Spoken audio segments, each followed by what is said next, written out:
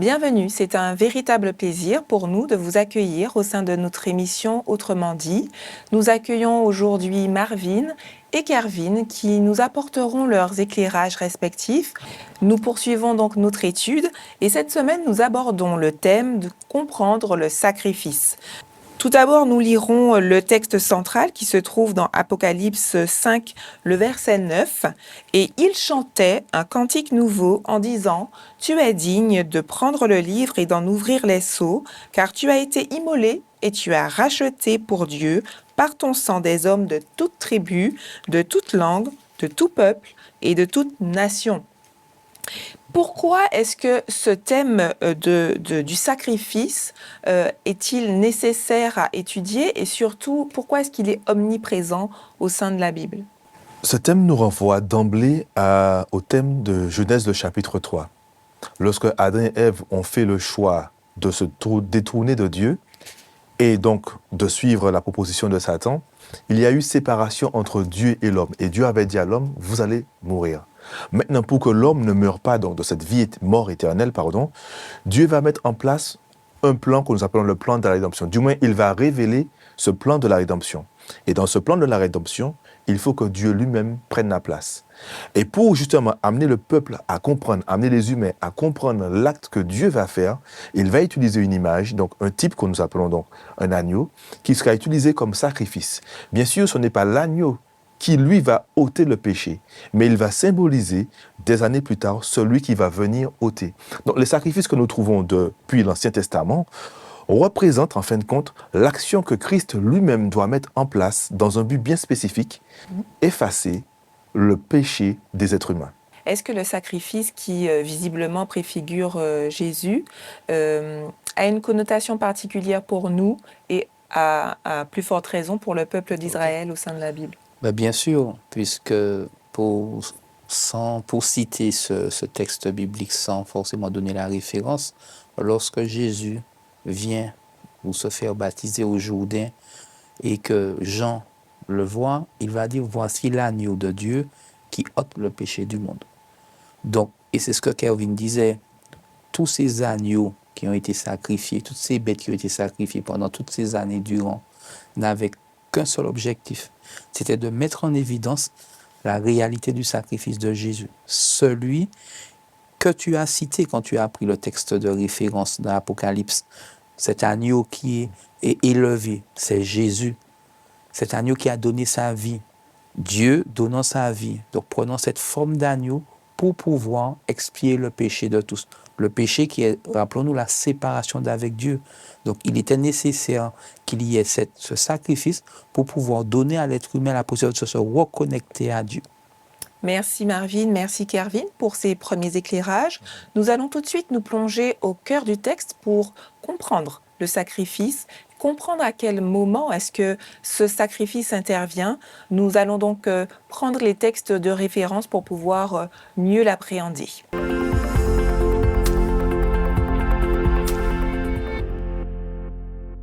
Apocalypse 5, le verset 9, nous l'a largement présenté, et Marvin et Kervin également dans la première partie.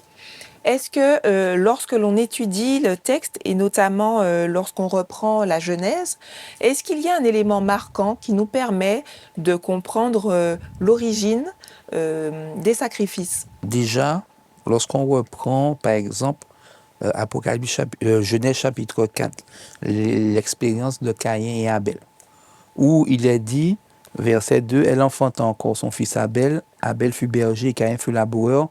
Au bout de quelque temps, Caïn fit à l'Éternel offrande de fruits de la terre. Et Abel de son côté en fit une des premiers-nés de son troupeau et de l'ogresse. L'Éternel porte un regard favorable sur Abel et sur son offrande, mais il ne porta pas un regard favorable sur Caïn et sur son offrande. » Premier élément, le sacrifice tel qu'il est proposé par Abel est le sacrifice tel que Dieu le veut. C'est Dieu qui insiste sur la manière dont les choses doivent se passer. Caïn offre ce qu'il avait de meilleur. Caïn est laboureur. Il offre des fruits. C'est pas ce que Dieu veut. Est-ce qu'on a des éléments qui nous permettent justement de savoir ce que Dieu voulait à ce moment précis? Alors, oui, puisque lorsque le texte dit Abel, de son côté, en fit une des premiers-nés de son troupeau et de leur graisse. L'Éternel porte un regard favorable sur Abel et sur son offrande. Donc, il était question ici d'un animal sacrifié.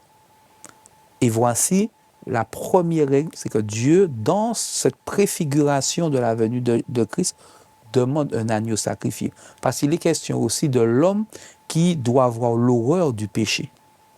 Parce que ça aussi, c'est important. Tu es un animal qui n'a rien fait, qui n'a rien demandé à personne, il y a de l'horreur. C'est une pédagogie qui doit emmener l'être humain pas à sacrifier à tour de bras, mais à voir l'horreur du péché et à s'en détourner. Pourtant, nous verrons un peu plus loin que ce n'est pas le cas. Parfois, les animaux étaient sacrifiés sans forcément prêter attention au message véhiculé. Le support biblique, est-ce qu'il nous permet de dire si Caïn avait connaissance de ce qu'il fallait présenter ou pas à Dieu? Mais lorsque nous prenons toujours le texte de Genèse, le chapitre 4, et les versets suivants, c'est-à-dire d'abord le verset 5, lorsque l'Éternel ne porta pas un regard favorable sur l'offrande de Caïn, ni sur Caïn, et au verset 6, le Seigneur va interpeller Caïn et lui dit « Pourquoi es-tu fâché? Pourquoi es-tu renfrogné? Si tu agis bien, ne relèveras-tu pas la tête? Mais si tu n'agis pas bien, le péché est tapis à ta porte, et son désir se porte vers toi. À toi de le dominer. » Donc d'emblée, on voit que Dieu se rapproche de Caïn, et Dieu interpelle Caïn par rapport à son attitude, et Dieu lui dit « Attention Caïn, tu es sur une mauvaise pente. » D'ailleurs, là c'est moi qui paraphrase, « Tu es en colère parce que je n'ai pas validé ton offrande. Mais pourquoi je ne l'ai pas fait? Alors que j'ai validé l'offrande d'Abel. Parce que ce que tu m'as apporté ne correspond pas à ce que j'ai demandé et ne peut pas correspondre parce que, encore une fois, je paraphrase, ce que tu dois apporter préfigure ce qui doit venir. Et Marvin l'a dit, qu'on retrouve dans Jean chapitre 1er, le verset 29, lorsque Jean-Baptiste voit Jésus, immédiatement, il rappelle, voici cet agneau qui avait été tant utilisé dans le passé, qui maintenant est présent. Jésus, qui représente cet agneau, ne pouvait pas être représenté par n'importe quoi. Et pour ceci, c'est Dieu lui-même qui va dire ce qu'il faut utiliser. Mais j'insiste parce que même pour la compréhension de nos auditeurs, est-ce que déjà dans l'histoire, Caïn et Abel se situent quand même avant l'origine du peuple d'Israël? Est-ce que Caïn avait pleine connaissance lorsqu'il propose son offrande? Ou est-ce que c'était encore une donnée qui n'était pas connue de l'un et de l'autre? Si la donnée n'était pas connue de l'un et de l'autre, Dieu, pourquoi aurait-il porté un regard favorable sur l'offrande d'Abel et pas celle de Caïn? D'autant plus D'où que la Marvin, question, est-ce que c'est aussi son attitude vis-à-vis de l'offrande? Est-ce que lorsqu'il propose cette offrande à Dieu, il a aussi une attitude, j'ai envie de dire, désinvolte par rapport à Abel, qui est un peu plus dans les règles par rapport à ce que Dieu pourrait apprécier? attitude désinvolte, mais aussi une attitude de rébellion. Dieu a dit, je veux ceci, mais moi, je donne autre chose. Et Marvin a souligné un point tout à l'heure, il va apporter à Dieu pas n'importe quoi, il apporte à Dieu ses meilleurs fruits. Donc il y a comme un côté où je donne le meilleur, mais ce meilleur qu'il donne, ce n'est pas ce que Dieu demande. Donc dans son attitude, tu as demandé ceci, mais moi je donne autre chose. Donc en fait, il y a aussi un côté où j'impose ce que moi je veux, et c'est à toi d'accepter, et non à moi d'accepter ce que tu as demandé. Alors, c'est vrai que lorsque nous lisons le texte, la Bible, ce dont tu recherches, c'est cet enseignement de ce processus de pardon par le sacrifice. La Bible ne donne pas ce détail. Mais néanmoins, il apporte la Bible quand même laisse simplement avoir l'attitude finalement que Dieu s'attend à avoir. Le sacrifice, mais également une attitude qui s'éloigne du péché. Et c'est ce que le texte malheureusement met en évidence, c'est que Caïn, non seulement il ne va pas dans cette direction, mais Caïn va aller beaucoup plus loin dans les conséquences de la séparation d'avec Dieu. Il va tuer son frère, le reste du passage. Parce que tu l'as évoqué tout à l'heure en citant le passage, il y a quand même un rapprochement de Dieu. Il se rapproche. On est quand même à une ère où Dieu est au contact quasiment direct, on peut le dire. Il lui demande, mais pourquoi est-ce que tu es irrité? Il y a une pédagogie. Alors, est-ce que le texte nous montre à la fois le sacrifice pour qu'on puisse le comprendre, puisque c'est le thème, mais est-ce qu'il ne nous montre pas aussi le pendant de notre attitude, de l'attitude de Caïn sur l'offrande qui a été offerte à Dieu? Il montre la résistance de Caïn. Dieu l'interpelle à revenir, mais il montre en même temps que Caïn s'enhardit, non s'enhardit, mais reste campé sur sa position. J'ai donné ceci, Dieu, tu dois l'accepter.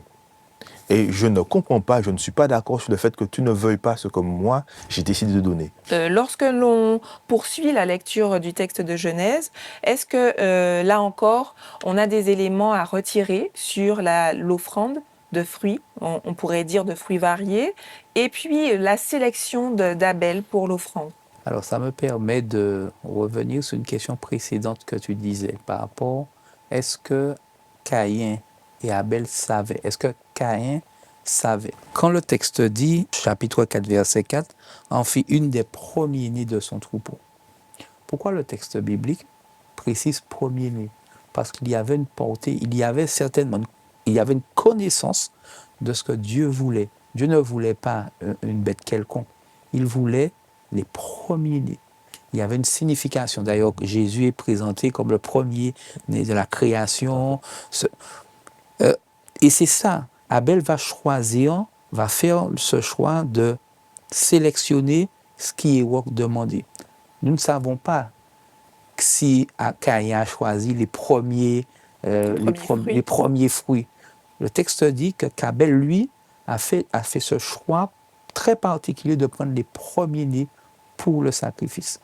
Et ça peut conclure qu'il y a cette recherche, oui, d'être dans la volonté de Dieu, d'être dans ce que Dieu veut. Parce que dans tout le rite sacrificiel, Dieu a donné des exigences. D'ailleurs, une autre exigence, l'agneau devait être, là le texte ne le précise pas, mais quand Dieu demande au peuple d'Israël d'offrir un agneau sans tache, sans défaut, à un moment, il va même leur reprocher de lui donner ce qu'il y a de mauvais, de donner à le roi ce qu'il y a de meilleur. Donc, on se rend compte qu'il y a une exigence auprès de Dieu qui doit se transcrire dans le quotidien et dans l'offre qui est faite. Est-ce que, justement, par rapport à ces textes, notamment sur la réflexion, sur l'attitude, sur les rituels que l'on peut imposer, est-ce que, justement, ne pas réfléchir à ce que Dieu demande signifie inévitablement que le sacrifice sera vain? Ne pas réfléchir à ce que Dieu demande, automatiquement, cela a une conséquence. Parce qu'en fait, Dieu ne demande pas un sacrifice parce qu'il en a envie ou juste, mais il interpelle par le sacrifice afin d'amener vers autre chose beaucoup plus important. Puisque nous l'avons dit au début, la signification du sacrifice, qui est supposé préfigurer Jésus-Christ, sans tache, sans défaut, le sacrifice parfait. Et en ce sens, pour que ce sacrifice soit parfait, donc ce qui le préfigure doit l'être aussi. Et tu l'as souligné, là on voit un aspect important, c'est la prise de conscience de ce que je veux offrir à Dieu. Pourquoi je l'offre à Dieu? Qu'est-ce que j'offre à Dieu? Donc ceci m'amène à réfléchir à la fois sur ma condition, également sur ce que je veux offrir à Dieu et aussi à qui j'offre ceci. Et donc ces trois éléments importants m'amènent à prendre en considération, je ne vais pas faire un sacrifice juste parce qu'il faut le faire et donner ce que je veux comme je veux, mais j'entre dans un processus de compréhension avec Dieu, dans un chemin de pardon, et donc l'action que je vais mener automatiquement va m'amener à, dans cette connexion avec Dieu, de comprendre ce qu'il veut que j'apporte. Par rapport à ce texte, oui. Est-ce que ça nous donne des indications sur la façon d'agir dans notre vie? Cette façon à toujours être fixée sur les traditions et les rituels? Ça, c'est une très belle question que l'on trouve d'ailleurs dans Isaïe, le chapitre 1er, où Dieu va justement reprocher à son peuple son comportement, et il va même aller plus loin en leur disant que les sacrifices qu'ils donnent, tous ces rituels qu'ils font, il n'en veut pas. Or, tu peux me dire, mais n'est-ce pas Dieu qui par hasard aurait institué ces rituels, et le peuple suit ces rituels, et Dieu de dire, il n'en veut pas. Alors, pourquoi il n'en veut pas? Est-ce qu'on revient encore à l'attitude? Mais c'est exactement ça, parce que l'individu qui fait le sacrifice est dans une démarche de reconnaissance de sa faute. Il offre le sacrifice. Mais l'idée n'est pas qu'on sortir du sacrifice. Il se remet à faire la même chose. Parce que Jésus, quand il donne sa vie, c'est pour offrir l'opportunité à l'être humain, à chacun d'entre nous, de rentrer dans une nouvelle naissance avec Dieu. Donc l'idée du sacrifice qui était fait, c'était de pouvoir offrir une opportunité de repartir béni en offrant des sacrifices tout azimut. Dieu, tu en veux, ben en voilà, on en fait. Et puis on rentre dans ce rituel, parce que finalement il y avait les fêtes, il y avait les différents moments où il fallait offrir des sacrifices. C'est pas ce que Dieu dit. Et d'ailleurs, Dieu va leur dire dans les versets 10 jusqu'à verset 15, finalement, j'en ai assez de tout ça. Vous offrez, et nous pouvons nous perdre dans une observance stricte, finalement, des règles, ce que Dieu demande, parce qu'il y a une manière de vivre la relation avec Dieu, mais si elle est exempte de toute compréhension de ce que Dieu veut réellement, la sanctification des individus, on perd notre temps. Par rapport au texte biblique, toute la première partie, donc l'Ancien Testament, parle des rituels, du sacrifice avec l'agneau, mais une fois qu'on arrive au Nouveau Testament, on découvre justement, tu l'évoquais en préambule, Jésus comme étant l'agneau.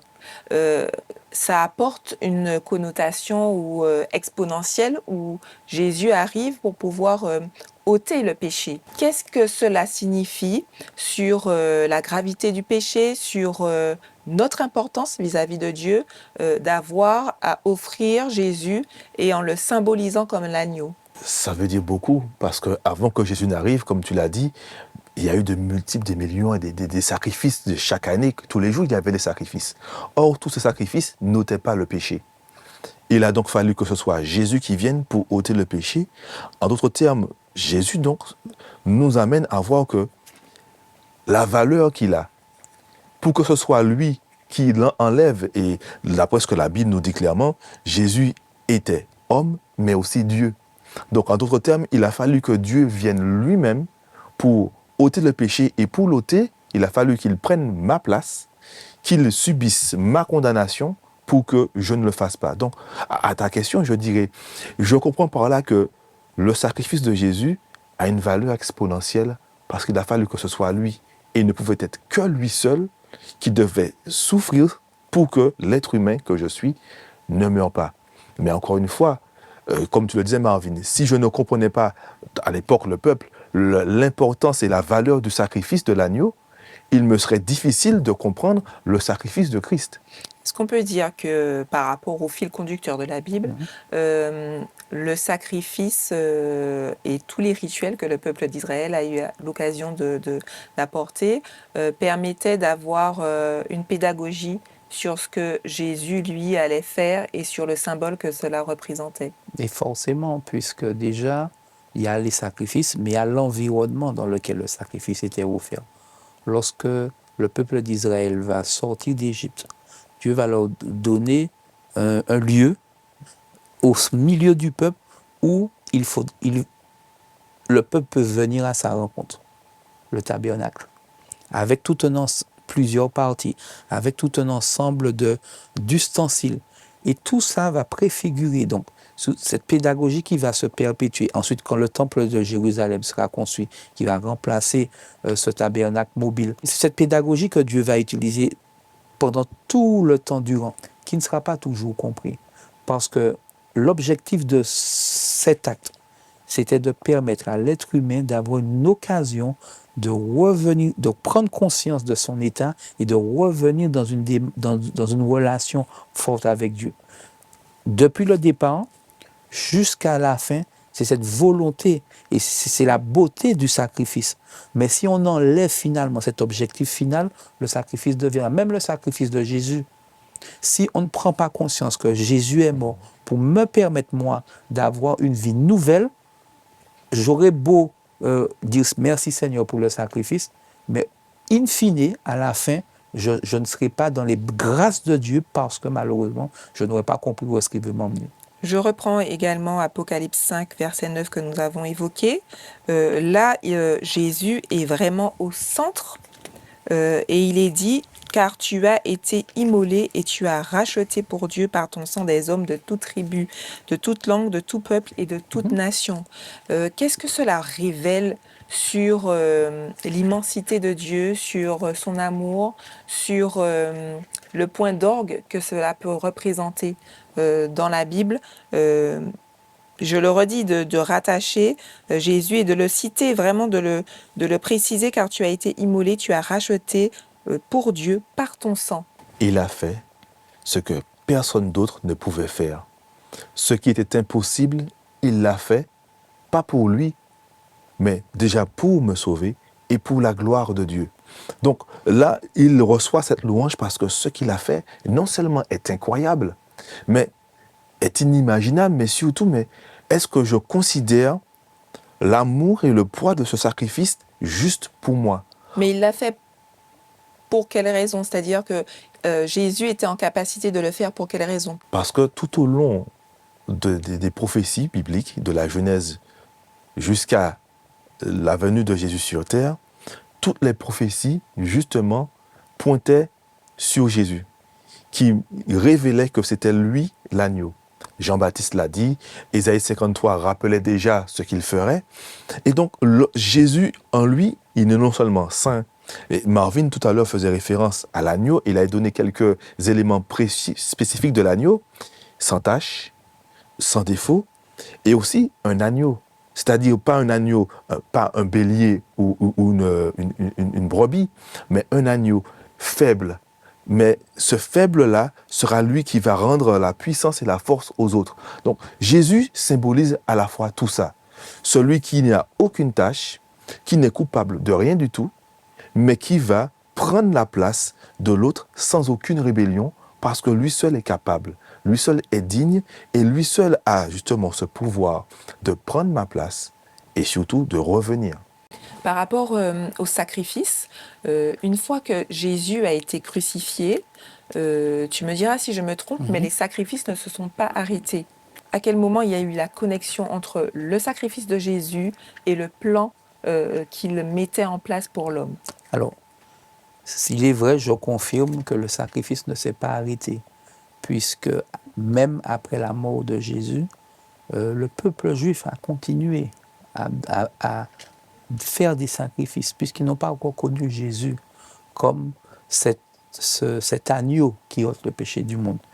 Par contre, tous ceux et toutes celles qui ont accepté Jésus comme l'envoyé de Dieu ont accepté son sacrifice. Et d'ailleurs, l'apôtre Paul, lorsqu'il, dans son rapport avec les églises, avec les croyants, il a eu l'occasion de dire dans Romains 3, donc on va aller au verset 25, c'est lui que Dieu a destiné par son sang, donc par le sacrifice, à être pour ceux qui croiraient victime expiatoire afin de montrer sa justice, parce qu'il avait laissé impunis les péchés commis auparavant au temps de sa patience, afin, dis-je, de montrer sa justice dans le temps présent, de manière à être juste tout en justifiant celui qui a la foi en Jésus. Voilà le lien qui est fait par l'apôtre Paul du sacrifice de Jésus, qui est cette occasion pour l'individu d'être justifié par le sang de Jésus. Donc le sacrifice de Jésus avait toute cette valeur pour l'apôtre Paul, pour les apôtres, parce que quand ils ont compris quelle était la valeur de cet acte que Christ avait posé, parce que bien entendu, les premiers disciples, ils étaient dans cette logique que Dieu viendrait instaurer un royaume terrestre, et quand ils ont pleinement compris, alors le sacrifice a pris de la valeur. Est-ce à dire que par rapport au sacrifice et par rapport aux premiers disciples, la mission de Jésus avait déjà été annoncée par le biais de textes ou de prophéties qu'auraient connu les premiers disciples? Effectivement, si nous prenons le cas dans Luc, le chapitre 24, où il est rapporté l'histoire de disciples sur le chemin d'Emmaüs, où ces personnes marchent et Jésus va les rejoindre, mais ils ne savent pas que c'est Jésus, et ils expriment à Jésus, en fin de compte, toute leur tristesse de la mort de celui-ci. Alors Jésus qui chemine avec eux, il leur pose des questions. Puis vers la fin, à partir du verset, nous sommes toujours dans le chapitre 24, à partir du verset 26, voilà ce que Jésus dit. Le Christ ne devait-il pas souffrir de la sorte pour entrer dans sa gloire? Et, commençant par Moïse et par tous les prophètes, il leur fit l'interprétation de ce qui, dans toutes les Écritures, le concernait. Donc, en fait, Jésus va leur révéler toutes les prophéties qui, bien avant, convergeaient vers justement ce qui devait se passer. Et ce qui est intéressant, c'est le verset un peu plus loin, au verset 31, « Alors leurs yeux s'ouvrirent et ils le reconnurent. » Mais Jésus va disparaître. Et un peu plus bas, il est dit ceci, « Ils se dirent l'un à l'autre, notre cœur ne brûlait-il pas en nous lorsqu'il nous parlait en chemin et nous ouvrait le sens des Écritures. » Donc ils sont en train de se dire, mais ce qu'il nous disait, mais nous le savions déjà, mais maintenant, cela fait sens. Et nous comprenons mieux que tout ce que les prophéties disaient, c'était justement l'accomplissement à travers Jésus. Jésus était donc l'antitype du type qui était l'agneau. Toutes les prophéties ramenaient directement vers Christ. Ils l'ont compris sur ce chemin d'Emmaüs. Bien entendu, parce que Jésus a eu cette pédagogie de les accompagner et de les aider à comprendre. C'est ici que nous clôturons cette partie. Merci Kervin, merci Marvin pour ces premiers éclairages. Voyons maintenant les aspects pratiques dans nos vies quotidiennes et que nous apporte la compréhension du sacrifice de Jésus.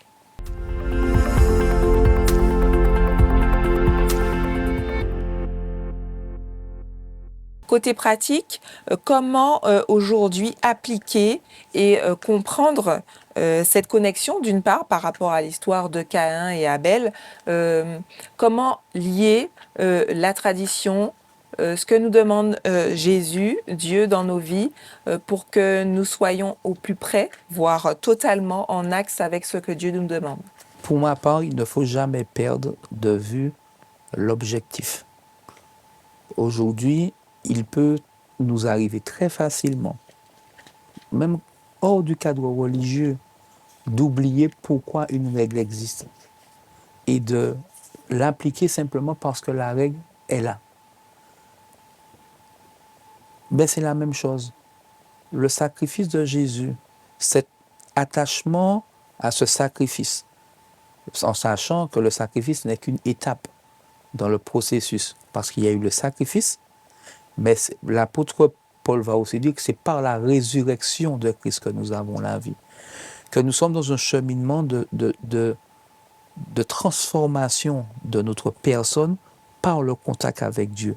Donc en gardant en tête chaque jour cet élément, l'objectif, oui, nous serons conduits, nous vivrons des rites, parce que notre foi s'exercera au travers de choses que nous allons poser. Nous chercherons toujours à être au plus près de ce que Dieu veut, mais toujours se rappeler, mais que veut Dieu pour moi?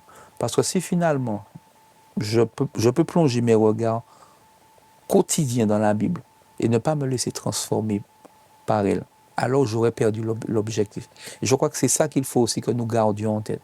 Est-ce que justement, par rapport à ce qu'on retrouve et cette mise en pratique, est-ce que l'on peut basculer cette mise en pratique avec notre entourage et pouvoir réussir à appliquer ce que Dieu veut dans ma vie, mais également ce qu'il attend de nous par rapport à notre entourage, nos voisins, nos collègues et autres? Je crois que oui. Je prends comme exemple mais Pierre, ce disciple intrépide, qui l'on constate dans son processus de croissance, il a radicalement changé, à la fois dans son caractère, mais également dans sa perception.